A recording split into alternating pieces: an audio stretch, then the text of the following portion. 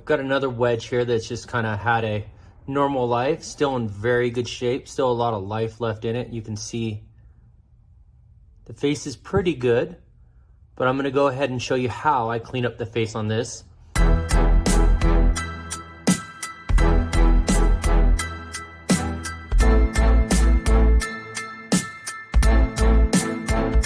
So I'm gonna go ahead and show you the two different methods I use to flatten the face. So the two primary tools I use, simple metal file, gives you a really flat surface. It takes time, but you just run it back and forth at an angle and it'll clean the face, and I'll show you that. Or simply a flat sander, and I've got 100 grit on this, so this is gonna give me a relatively flat surface. So to start the process, real simple, I'm just gonna take a marker and just draw all over.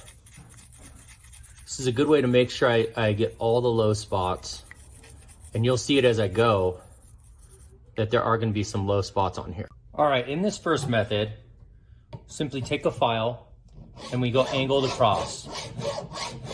So I go across this way, cross this way.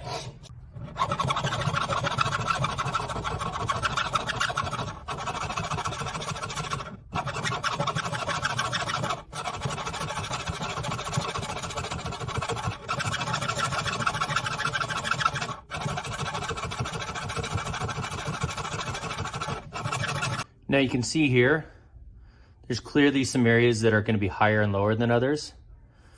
There's a little more through here, a little lighter down here. So I'm going to switch methods and show you the faster, easier method. So I simply get this flat on here, try to make sure I have it level, and just move it around a little bit.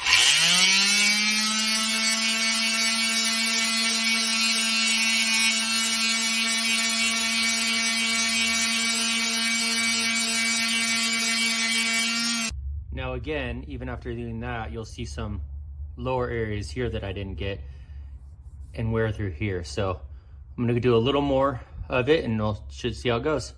Okay, at this point, I'd say I'm 75% of the way through. This will kind of show you there's still grooves there. I'll take a little more and clean them, but I'm gonna level the face and take a little bit more than nicks out, but we're coming along nicely. So this is typically as much as I'll do. You're still gonna see a few nicks in there, but a nice level surface. Still have some grooves, and there's not going to be any major wear areas in here anymore. So I've gotten it down pretty good. I'm going to go ahead and show you the process I use to clean up the grooves. Go ahead and put that cross grain pattern, show you how that works with this. So I've taped it off the same as I am for the grooves. Now I'm going to go ahead and work this in a little.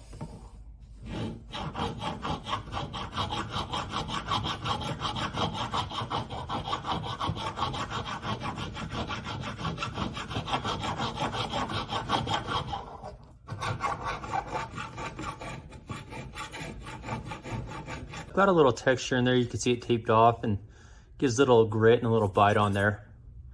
I'm gonna go ahead and tape it off again and start working the grooves. Okay, so for the grooves, I use a simple grooving tool. It's gonna measure it out. I've got to find my digital calipers, but I typically go for one of the smaller ones. The thing that really helps is a lubricant. So WD-40 is very common to use. I'm gonna use just this 3-in-1 oil, and this just helps it slide along. So let's put a little in there.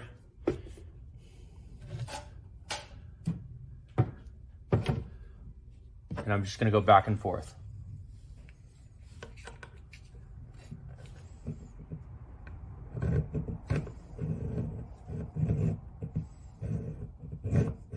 Light pressure's fine. Right now it's just kind of cleaning stuff out of there. Just a few passes. 1, 2, 3.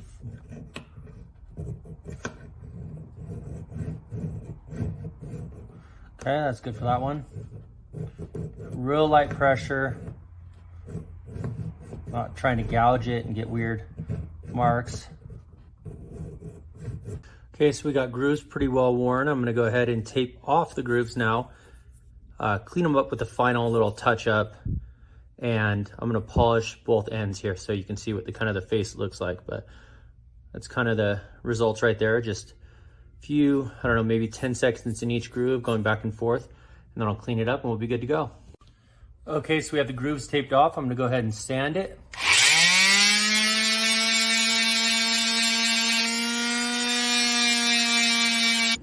And then I'm gonna use one of my favorite tools, just a wire wheel.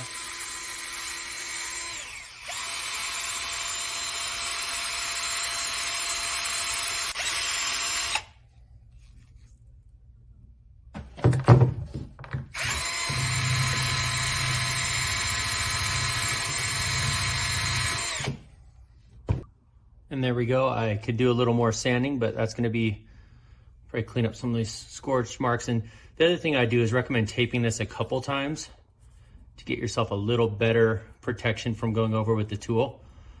I'm gonna have to go ahead and sand some of these little marks out right here, but this is the idea. So this is a pretty functional face. It's not gonna work exactly like a new club, but it'll get you plenty of bite to hold greens.